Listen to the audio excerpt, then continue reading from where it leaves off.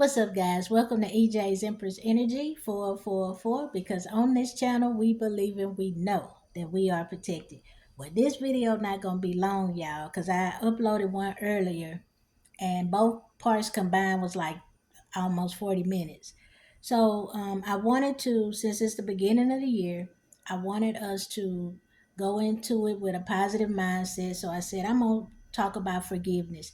This not going to be long. I just want to read to y'all a couple of things because a lot of times we say, okay, it's a new year.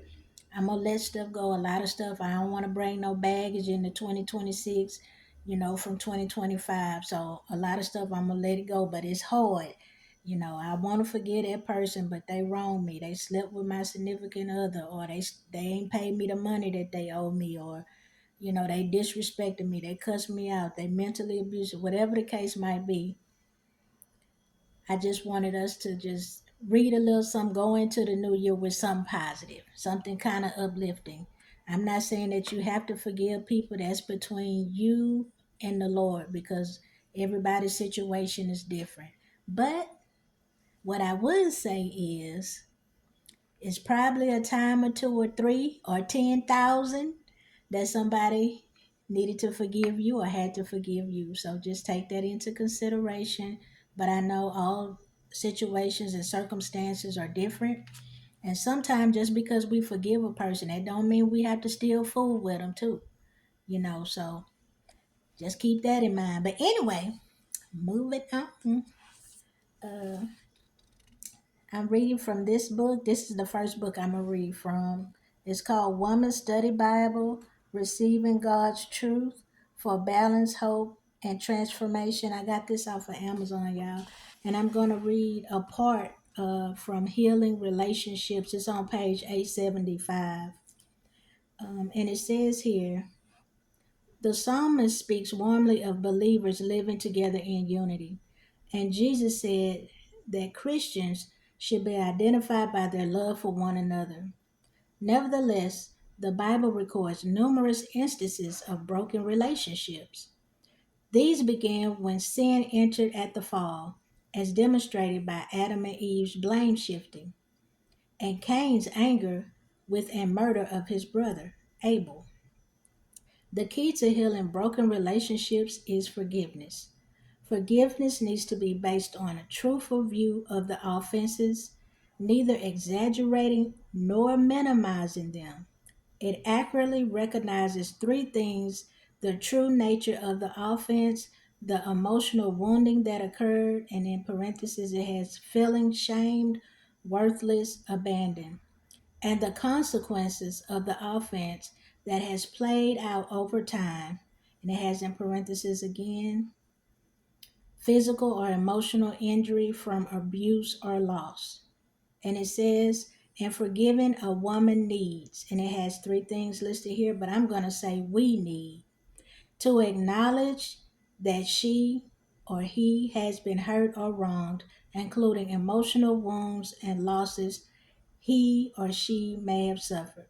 Number two, to forgive freely the offenses and to release the offender from any obligations to make up for them. Number three, to confess as sin any bitterness and resentment she or he may have harbored as a result of the offense.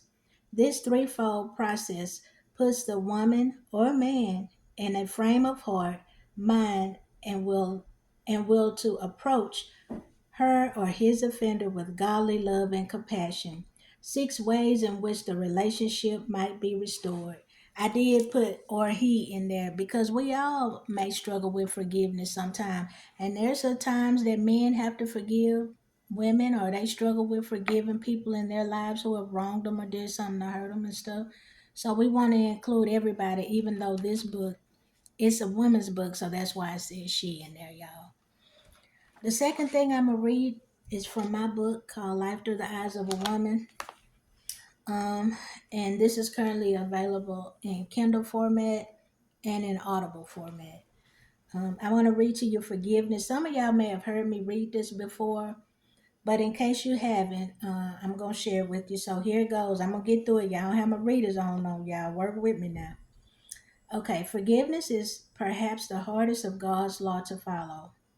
Forgiving someone who has wronged you requires growth. True forgiveness demands you to look beyond all the pain and anger that has undeniably become cemented within your soul.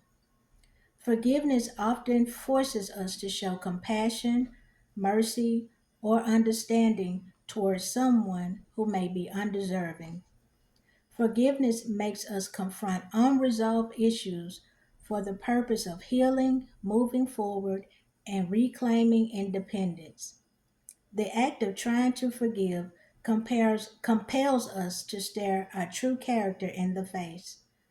Those of us who are struggling with trying to forgive hopefully will make the courageous choice of going through with the act. Otherwise, we ultimately continue rejecting love, bypassing an opportunity to be free. Confronting the person who wronged you may be tremendously difficult because it reunites you with the ones or one who caused you so much pain. That moment could very well leave you vulnerable to the possibility of being emotionally scarred again. Some of the hardest words ever spoken are, "What you did to me was wrong, and it made me feel." After the confrontation, if there is an insincere apology or no genuine signs of remorse are shown by the perpetrator, that's perfectly fine.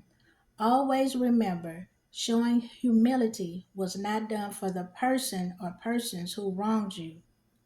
We must forgive in order to stop the continuous erosion of everything inside of us that is genuine and good. You know what? I fumbled that last part, so I'm gonna read it again. That last paragraph. You know the devil always gotta stick his foot in his nose in it, don't it? But I'm gonna go ahead and read that part again because I fumbled that, and I want y'all to get it. After the confrontation, if there is an insincere apology or no genuine signs of remorse,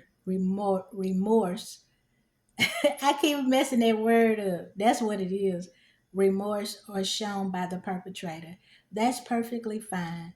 Always remember, showing humility was not done for the person or persons who wronged you. We must forgive in order to stop the continuous erosion of everything inside of us that is genuine and good. I'm sorry, I kept messing up that word. It wasn't a perfect read, but hopefully you got the gist of what I was trying to say. Basically, I wrote this because I was dealing with forgiveness and unforgiveness. So I wrote this because I wanted to express how I was feeling at that time and the process that I was going through, that it took me through when I was contemplating or trying to forgive, and there was a lot of hurt there. And sometimes when you're talking to that person and that pain is there up in your heart and it's hard to get them words out, you know, how that person made you feel, so that's why I did that, because a lot of time it's hard for us to say you wrong, and it's even harder for us to be vulnerable to that person again and say, this is how you made me feel. Sometimes that pain is still so intense to it's hard to even just get it out, that you hurt me so bad. This is how you made me feel. So that's where I got that from. And let's see what else. And sometimes confronting the person or just going to them, talking to them, putting yourself is like putting yourself back in that space again when you finally tell that person, if you had never really had that conversation with them. That's why I say confronting the person who wronged you, it may be difficult because it puts you right back in that space. It's reuniting you there. And so, let's see what else.